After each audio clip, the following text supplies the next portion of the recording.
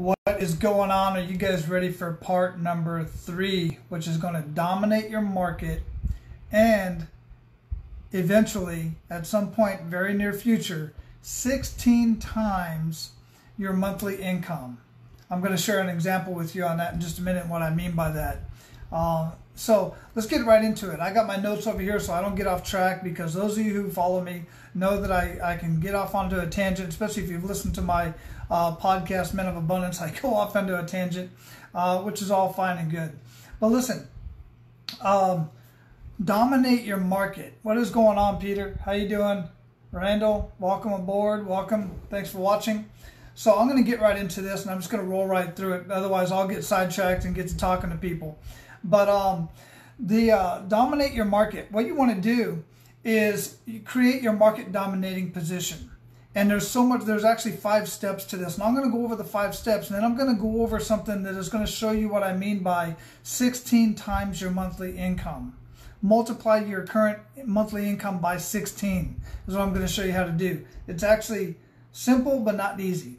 So let's go through the 5 steps real quick. The 5 steps of creating your market dominating position is step number 1, to determine your strategic positioning in the market. So for instance, Domino's said that they were going to have fast pizza to hungry college students. That's how it originally got started. Not quality pizza, not great pizza, just fast, hot pizza to hungry students. And then they got into their whole slogan, you know, later we'll get into in just a minute. Starbucks wanted to create delicious handcrafted beverages that makes your life better. Now, you can argue the point back and forth on whether or not that's true or not. That's up to you. But that was what they got started with. Richard, what's going on, brother? I look forward to talking with you in a few minutes, or about 30 minutes or so. And then, to give another example, a kitchen remodeler.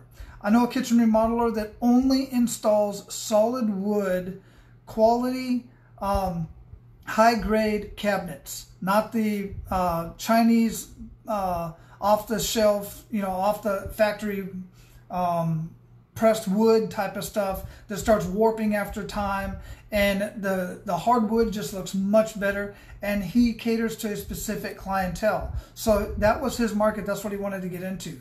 So step 1 again is to determine your strategic position in the marketplace. Yeah, well, hey, you can get there, Jerome. What's going on, brother? So listen, and I'm going to show it to you here in just a minute. Just stick around. Now, step 2 is to determine your primary market dominating position. So you determined where you wanted to put your market, what market you want to get into. Now you got to determine your position. So Domino's claimed that they could deliver pizza within 30 minutes or less, or you get your pizza for free. They've since changed that because of safety issues, but that's how they originally got started. Now, let's say, for instance, a moving company. You have to innovate your business in order to create this market dominating position.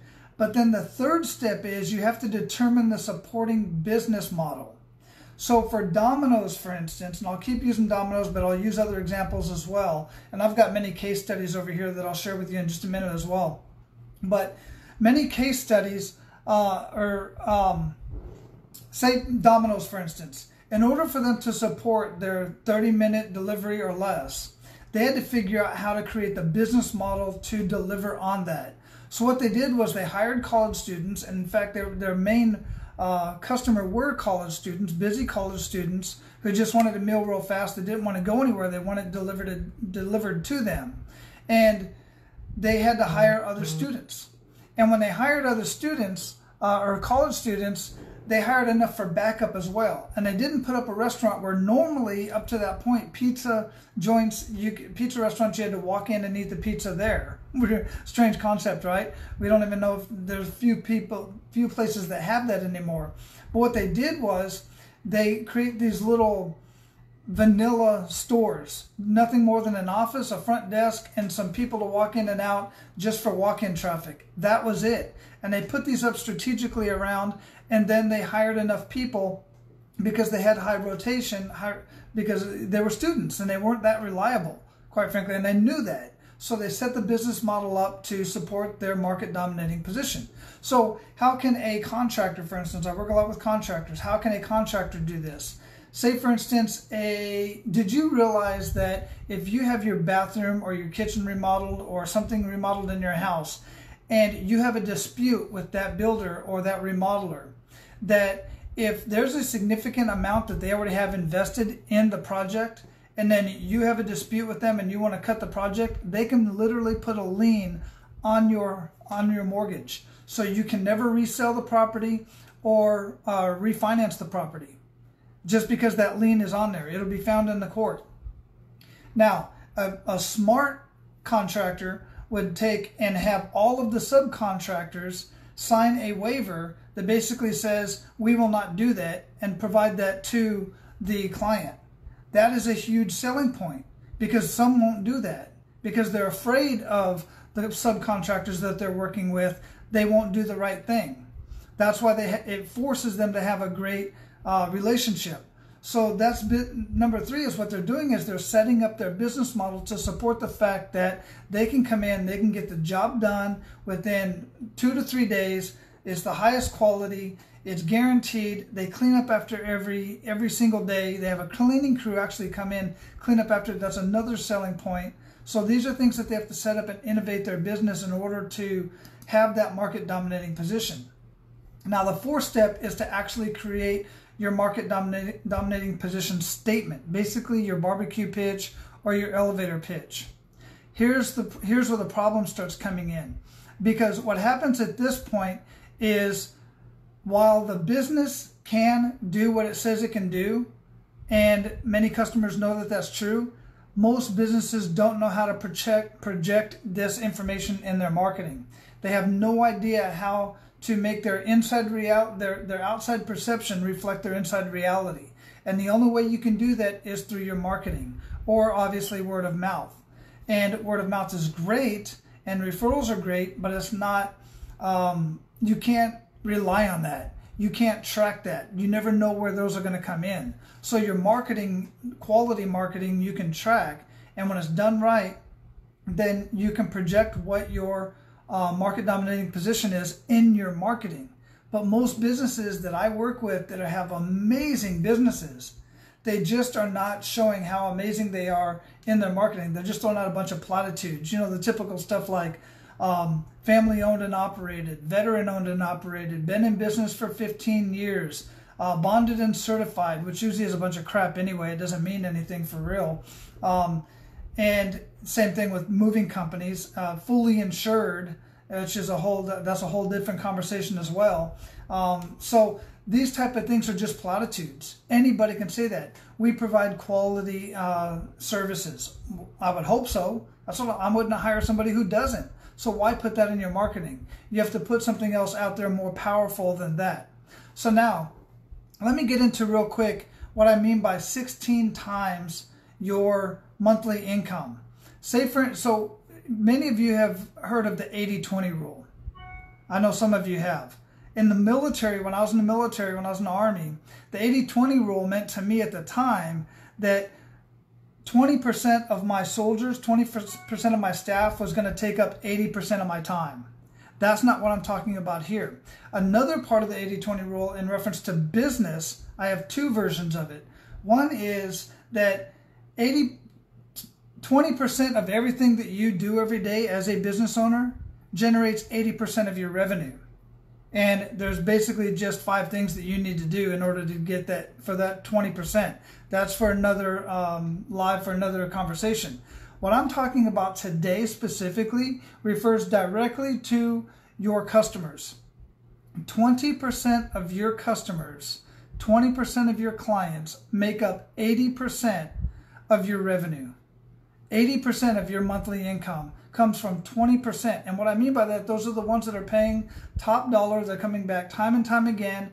They're fully invested in your business. They absolutely love what you do, and they can't get enough of you. That's why they only shop with you and only do business with you rather than go to somebody else. These are the type of customers that drive clear across town just to do business with you if you're a local type of business, or they'll go out of their way to ensure that they do business with you rather than do business with anybody else.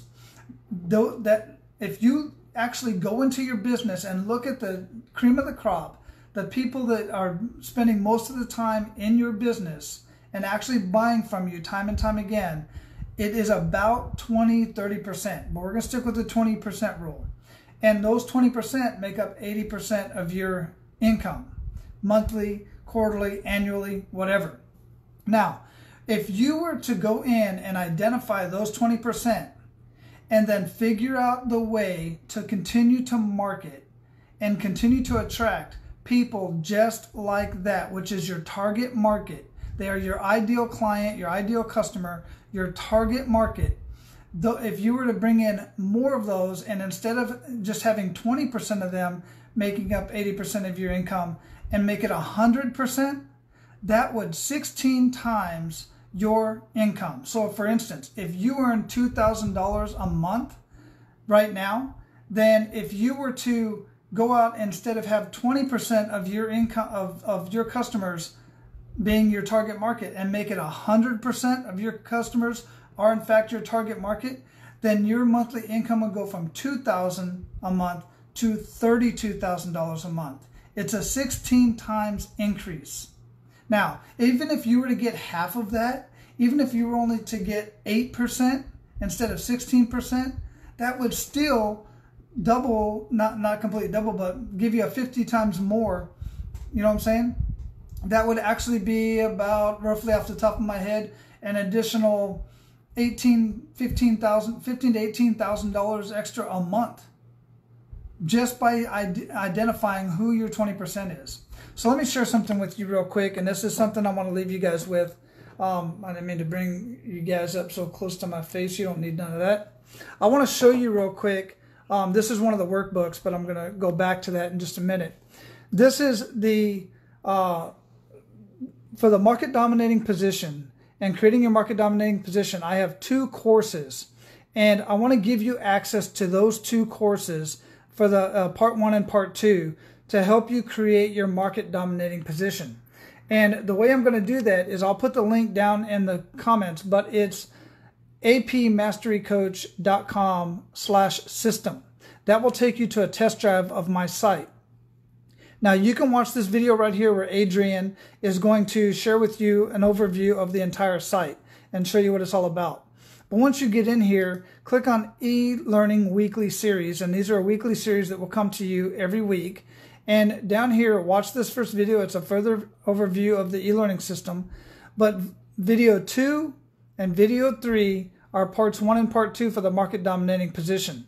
And you've also got the e-class here that you can take a look at as well. The difference is the video is business strategies. The e-class is growing you as the business owner growth. And then down here, I give you one more. Video number 4 is how to identify your perfect target market. That's what I was just talking about with the 80-20 rule. And then another e-course. And just to give you an idea of what's in here, in each one of these, you have the video, you have the downloadable workbook, which I'll show you in just a minute, or you have the audio version, and then you have a little brief explanation here. But also on the weekly series, you have the weekly series here and the e-class, and it's basically information that you'll have access to as well. Now, let me show you this workbook. Each time you have one of these, you go to one of those courses, you have the workbook, and in the workbook, you can add in your notes as long as you download it. And then this particular workbook is going to take you down here to several case studies, and it's going to give you the opportunity to identify who your clients are. So if you're business to consumer, you're going to create your physical profile of your clients, of your ideal target market, your ideal target client. And if you're a business to business, then we have one down here that's business to business for you as well. And you fill each one of these out. That is going to go on to the next course, which is the emotional profile of your ideal client, which is right here, number 5. All right. So I share that with you because the other thing that I want to share with you over here, and I'm going to switch over to the other screen, is I've got a 12-week course that I have got set up, and I'm going to be offering, building up an email list of those who want to get in on this 12-week session. And you'll be able to, I'll give you the link to this. You don't have to try to zoom in and check this out. But weeks 1 through 12 are going to be outlined for each and every one of you that gets into that course. And I'm going to create an email list so that you can get on that email list and identify yourself that you want to be a part of this 12-week course. This 12 weeks is the basics that every single business owner should have before they start a business. The problem is most business owners that I personally work with, they are 5, 6, one's 24 years in, and he is cash flow broke. Been doing the same business for 24 years full time. Him and his partner, they are cash flow broke. And the other thing that I do is I get his financials and all of his financial statements. I show it to my team. I got some team members that can look at that stuff, and literally within 15, 30 minutes, they can identify what the problem is and provide a couple strategies to put in place. Let's see, what are you saying, Chris? I'll read through that in just a minute. We'll be able to identify what the problem is and provide some strategies, because it's actually quite simple. There's several different strategies we can use depending on what the problem is. So I'm focusing on marketing right now because that's where a lot of people are missing the boat. I even have some other business coaches that I'm working with that, quite frankly, their marketing isn't up to par. Their marketing isn't fully expressing what they do and what they can do for people. If you have, for instance, if you're a business coach, if you're a business owner, you don't want a business coach. You want to increase your leads, not just increase your leads, but increase the conversions of the current leads that you have and increase your revenue and profits. That's what you want to do. And then on top of that, once you can do that and save time, do it in a smart way. That's what I was talking about, the 80-20 rule. That is increasing your revenue without doing any more work, just doubling down on the particular people and the people that you know buy from you already, not doing any more work, not changing anything up, but actually getting more income without doing more work, freeing up your time. That's smart business. That's what I want you guys to do. I don't want you, what generally happens when people are not doing well in their business, they put more time into their business and they keep throwing more money into their business, and it's all going to waste because you don't have the basics in place. You don't have the market dominating position. You don't have your unique service point, which is different than the market dominating position. I'll get into that in another video in a couple days. But you have to identify who your target market is, what marketing is working best for you, the difference between tactical and strategic marketing, and double down on that. But you have to get your message right, guys. You have to get your market dominating position down. All right, so I'm going to jump off here. I got to get on a call here in about 15 minutes with Richard, and then I've got a couple other client calls, and then my son will be home, and then we'll do some homework and do all that good stuff. All right, I'm out for now. I'll see you all tomorrow if I don't jump on later tonight.